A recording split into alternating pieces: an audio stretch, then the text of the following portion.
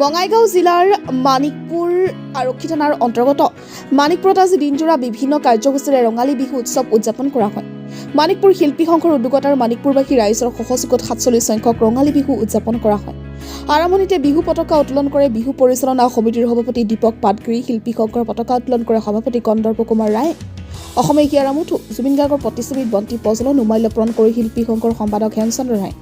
অসমৰ আন এগৰাকী বৰেণ্য শিল্পী ভাৰতৰত্ন বঁটাপ্ৰাপ্ত ডক্টৰ ভূপেন হাজৰিকাৰ প্ৰতিচ্ছবিত বন্তি প্ৰজ্বলন আৰু মাল্যপন কৰে অৱসৰপ্ৰাপ্ত কৃষি বিষয়া লক্ষেশ্বৰ ৰায়। আনহাতে শ্বহীদ পৰিয়ালৰ সদস্যৰ দ্বাৰা শ্বহীদ বেদীত বন্তি প্ৰজ্বলন আৰু মাল্যপন কৰে গছপুলি ৰোপণ কাৰ্যসূচী ৰূপায়ণ কৰে মানিকপুৰ আঞ্চলিক মহাবিদ্যালয়ৰ অধ্যক্ষ ৰবীনজ্যোতি খাটনিয়াৰ আৰু ৩৬টা অভয়াপুৰী বিধানসভা সমষ্টিৰ প্ৰাক্তন বিধায়ক ভূপেন ৰায়। ইয়াৰ উপৰি মানিকপুৰ অঞ্চলৰ বিভিন্ন অনুষ্ঠান প্ৰতিষ্ঠানৰ মুৰব্বীসকলে আৰু জ্যেষ্ঠ ব্যক্তিসকলক অসমীয়া স্বাভিমান ফিল্ম গামোচাৰে সম্বৰ্ধনা জনায়। মুকলি বিহুৰ তাৰ মুকলি কৰে অসম চৰকাৰৰ সাহিত্যিক বঁটাপ্ৰাপ্ত অৱসৰপ্ৰাপ্ত শিক্ষক আৰু মানিকপুৰ আঞ্চলিক মহাবিদ্যালয়ৰ গভৰ্ণৰ বডিৰ সঞ্চালক কৰুণাকান্ত ৰায়। প্ৰদৰ্শনীমূলক মুকলি বিহু প্ৰদৰ্শনৰ জৰিয়তে অনুষ্ঠানৰ সামৰণি মাৰে। এই মুকলি বিহুত আশাব্যঞ্জকভাৱে ৰাইজৰ সমাগম ঘটে। মানিকপুৰৰ পৰা আব্দুল সুবাহান আলীৰ ৰিপৰ্ট, বিগ নিউজ।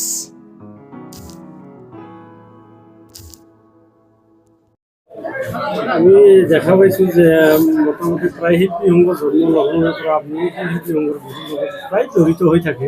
এই ক্ষেত্ৰত কি ক'ব আপুনি? শিল্পী সংঘ বুলি কোনো কথা নাই। বিহুটো অসমীয়া জাতিৰ এটা জাতীয় উৎসৱ আৰু এইটো মানিকপুৰ অঞ্চলত বিশেষকৈ শিল্পী সংঘই এটা বিহু আয়োজন কৰি আহিছে তেখেতসকলে। আৰু এই অঞ্চলৰ সকলো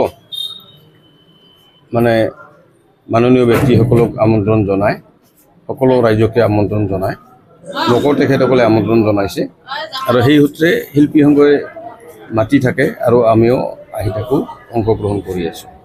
অসমৰ ৰাজনীতিত সমান্তৰালৰ পৰা আৰম্ভ কৰি এতিয়ালৈকে জাতীয়তাবাদী ৰাজনীতিত এতিয়ালৈকে এজন সক্ৰিয় ব্যক্তি ভূপেন ৰায় ডাঙৰীয়া, তেখেতৰ পৰা বিহুৰ সময়ত বিহু যোজনা আমি শুনিবলৈ পাম। মই বিহু গান চান নামটো ভূপেন, কিন্তু গানটো মই আগে পাছে গোৱা নাই। গতিকে বিহুৰ সকলো ৰাইজৰ প্ৰতি মোৰ শুভেচ্ছা থাকিল। মই আশীষ বিচাৰিছোঁ যাতে আগন্তুক নতুন বছৰত ৰাইজৰ হৈ কাম কৰিব পাৰোঁ আৰু সকলো ৰাজ্যৰ যাতে কুশলে থাকে, এইখিনিয়ে। আপুনি এটা ভাল প্লেটফৰ্ম পাইছে, NDAৰ প্ৰাৰ্থী, গতিকে ৰাইজৰ কাম কি ধৰণে কৰিব আৰু কি কামক আপুনি অগ্ৰাধিকাৰ দিব? আমি কেইটামান দাবী ইতিমধ্যে উত্থাপন কৰিছিলোঁ। মাননীয় মুখ্যমন্ত্ৰী ডাঙৰীয়া যেতিয়া অভয়াপুৰীত আহিছিলে তেতিয়াৰ সময়তে বিশেষকৈ আমি শিক্ষাৰ ক্ষেত্ৰত যিটো মানিকপুৰ আঞ্চলিক মহাবিদ্যালয় আছে তাত বিজ্ঞান শাখাটো আমাৰ সকলোৱে বিচাৰিছে, ছাত্ৰ ছাত্ৰীসকলকে আদি কৰি শিক্ষক শিক্ষয়িত্ৰীসকলকে আদি কৰি সকলোৱে বিচাৰিছে। আৰু এই বিষয়টো আমি জয়ন্ত মল্ল বৰুৱা ডাঙৰীয়া আহোঁতেও আমি উত্থাপন কৰিছিলোঁ আৰু মুখ্যমন্ত্ৰী ডাঙৰীয়া আহোঁতেও আমি উত্থাপন কৰিছিলোঁ। আমি ভাবোঁ এইটো আমি কাৰ্যত পৰিণত কৰিব লাগিব, ১ নম্বৰ। দ্বিতীয়তে, ইয়াৰে যিখন চিকিৎসালয় আছে এই চিকিৎসালয়ৰ ক্ষেত্ৰতো আমি কিছু দাবী ইয়াৰ উত্থাপন কৰিছোঁ। ইয়াৰ আৰু উন্নত মানদণ্ডৰ চিকিৎসা যাতে ইয়াতে কৰিব পাৰে সেই কথাটো আমি চিন্তা কৰিছোঁ।